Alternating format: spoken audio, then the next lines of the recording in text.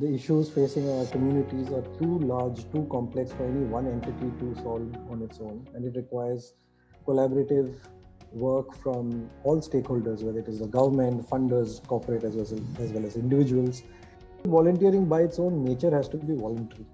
It can't be forced, and when it is forced, it is a terrible thing.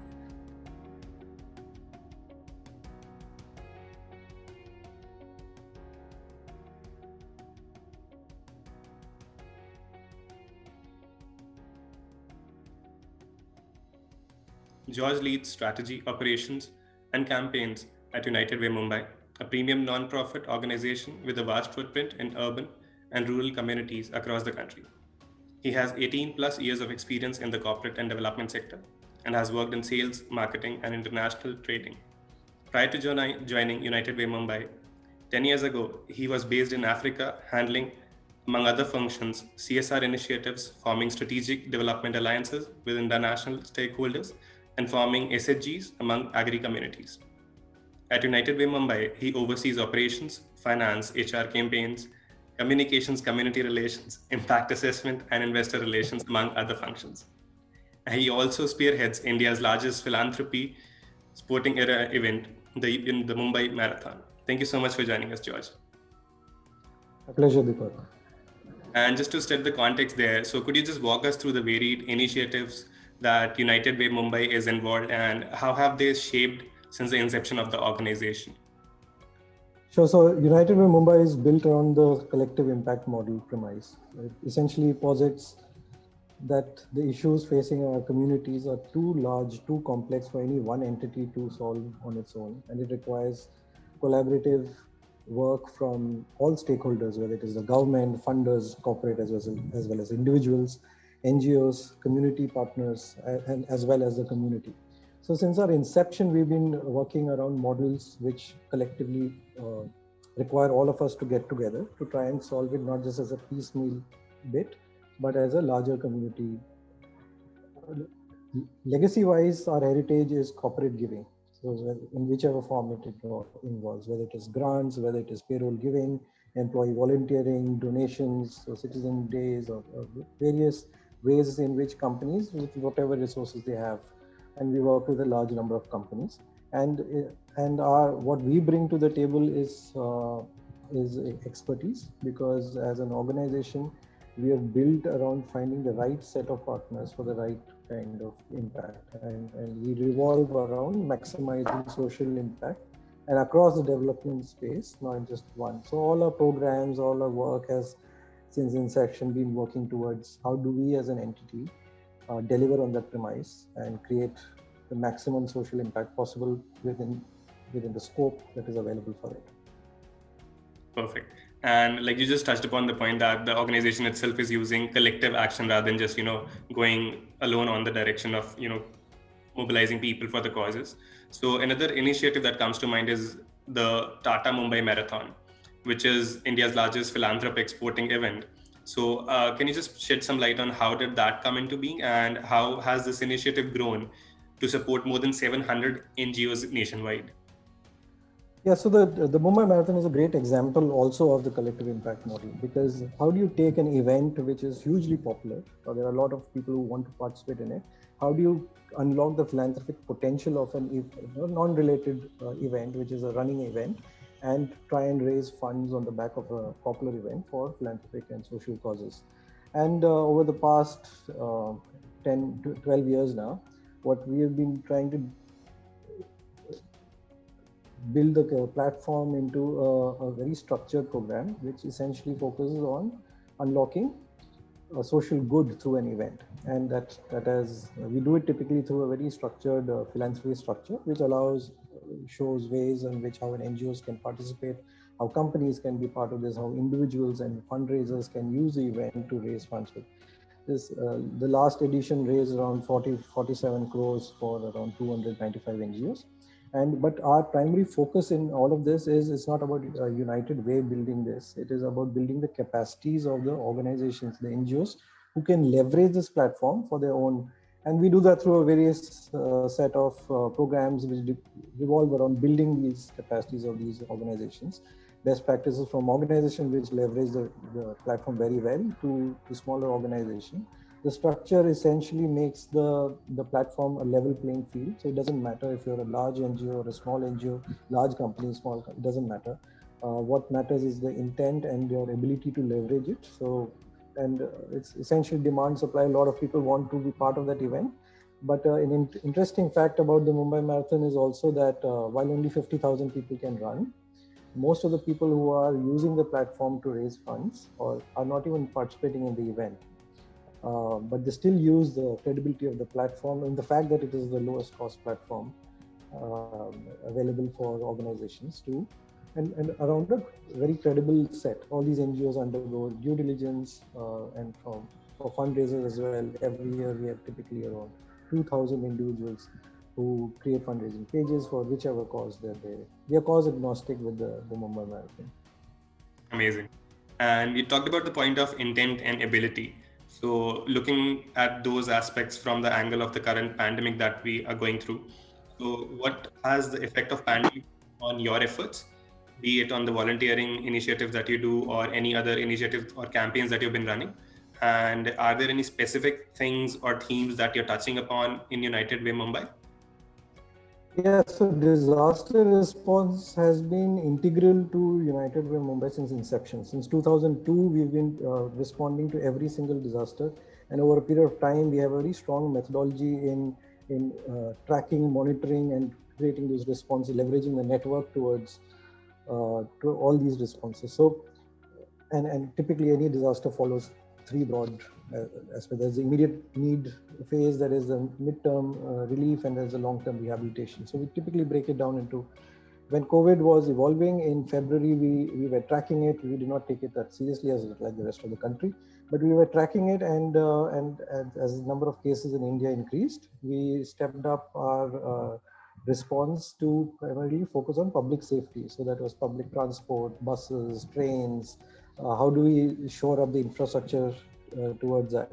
We were also acutely conscious about the public health infrastructure being what it is.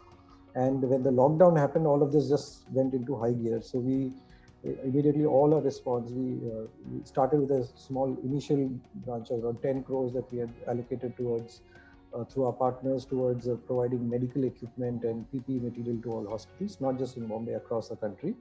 And that became a massive effort by it's still continuing in providing all these missing equipments and all kinds of medical equipment which we ourselves did not know.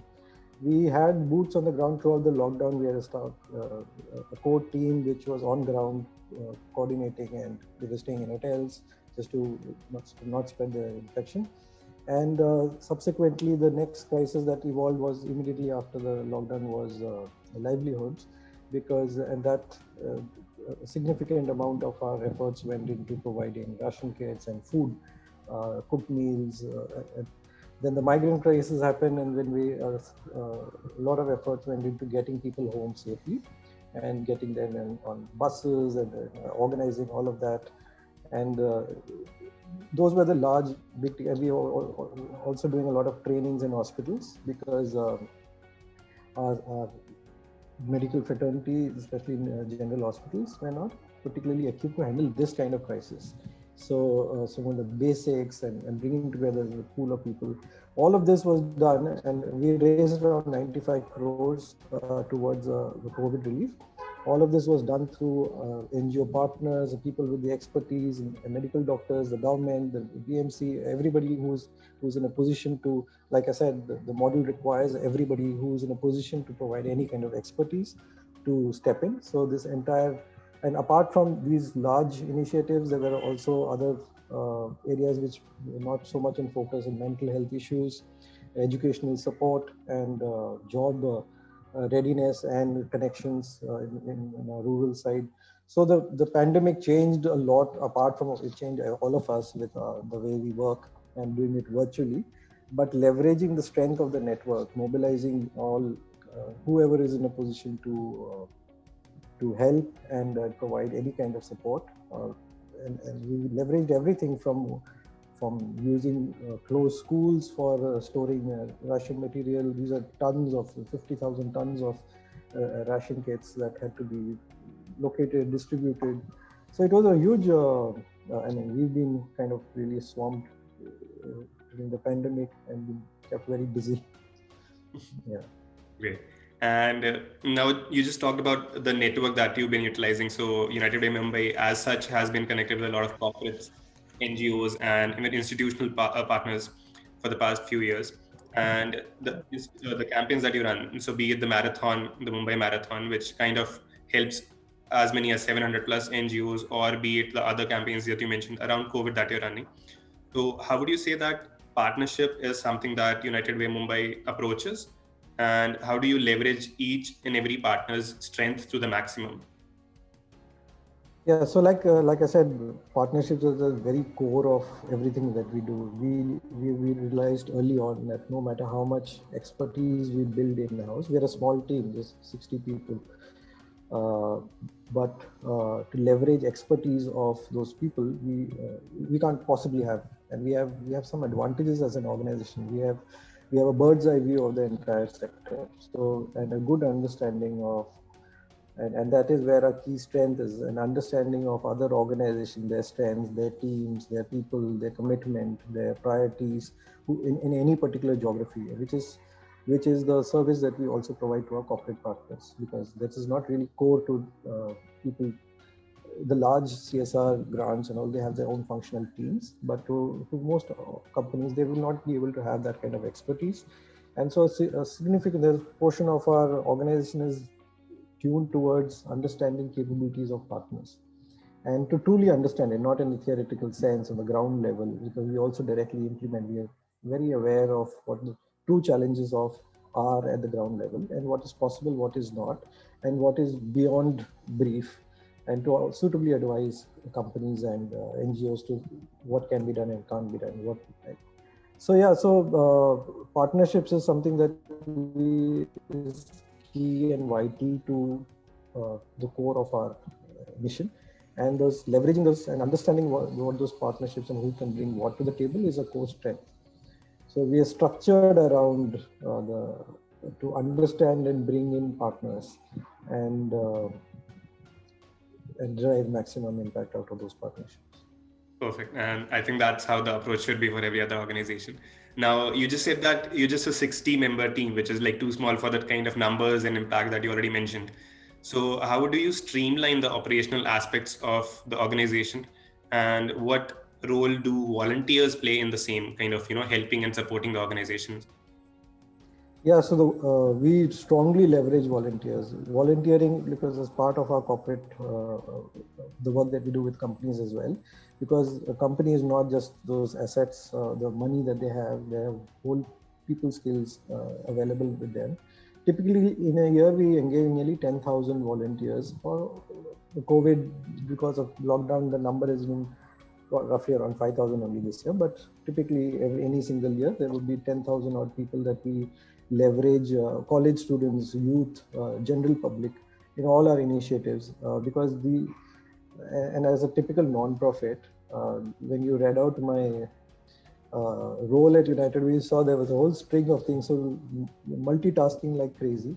Everybody pulls in a lot more. When it's a small team, we have to work with people who can extend that pro bono support to make these programs successful. And we are also working with other non-profits who are equally crippled when it comes to number of people resources that they have. But volunteering has to be done well. It has to be realistic in its scope and in what it can achieve. And volunteering can go wrong as well in many ways. So we have a whole structure around how volunteering is to be done and where it is applicable, what is not, what is the brief. So it's evolved over these last 18 years, how we do volunteering, where and how we involve. Typically, it's a strange thing, but we don't really have trouble finding volunteers, because we found that companies are more than willing and very happy to get employees engaged, as long as it is a structured and easy to accomplish. So the volunteering, as you know, is either skill-based or time-based. Time is easy, skill is a little more difficult and complicated. But yeah, so we are 60, but I would like to say that we have an extended arm of another 10,000 odd people who help us achieve what we do. Amazing. And so if you don't mind, can you just share, like, so you just mentioned that 10,000 people is what you generally mobilize every year in volunteers. So how do you structure that huge number of volunteers being an NGO, and, so how do you leverage the network, or how do you push people to join the cause? So since there are, again, typically in a year, we will have at least 300 projects across the country, some mostly with partners doing all of it. We just helping them along with it.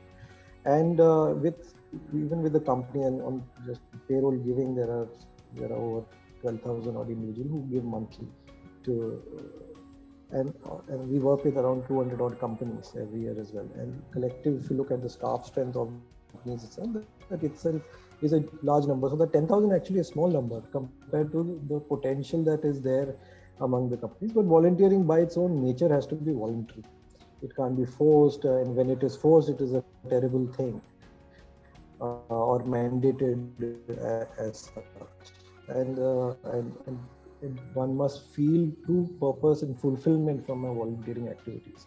So it starts with curating the right volunteering opportunities. Not everything is suitable for volunteering. It's possible for the fit that we're looking at, if it is for companies, or other activities which require just mass number of people, like a beach cleanup, for example. You can have hundreds and thousands of people, and there's still enough to collect for everybody, as long as you do it in a structured manner. There are gloves, there's infrastructure, water, whatever. It has to be organized as a proper event in order to have a satisfying experience. We don't see volunteering as a one-time activity at all. And it's not just the actual impact that is done at that time. It is about the sensitization that happens along with volunteering. When you're face to face with an issue that you only theoretically know, but when you face it, then you create converts into champions, into people who truly care about that issue. It's essentially a curated set of activities that lend itself to volunteering in a meaningful, impactful manner, and connecting it to the databases of people or organizations which have the number. For example, a college and the NSS program.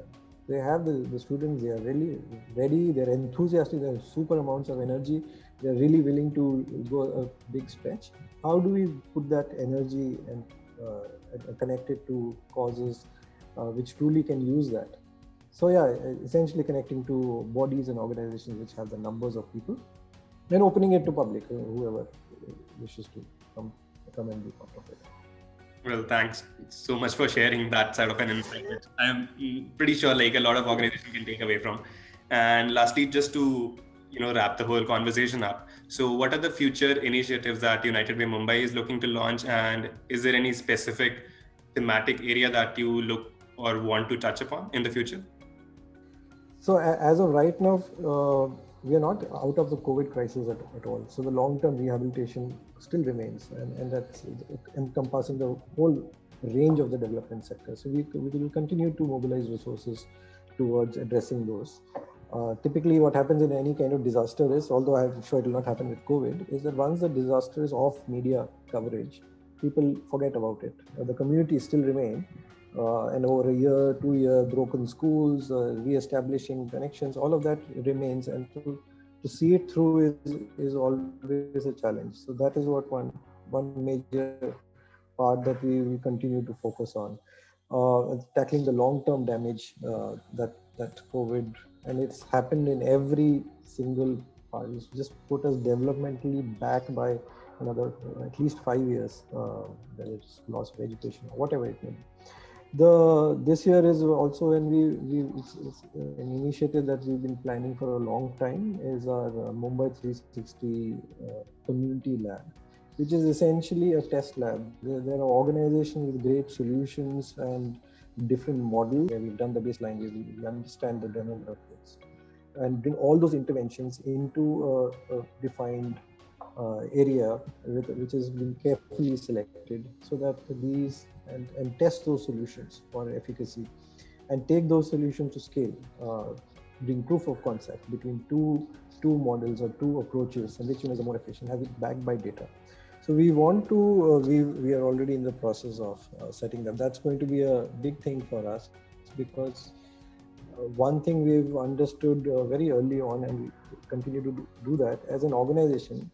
Like I said, these many people, approximately 150 crores of community investment, is a tiny drop in the what is actually required. And and if we stay true to our objective of maximizing social impact, I think the place where we can bring the greatest value is in building capacities in the sector, the entire development sector, whatever capacities we can.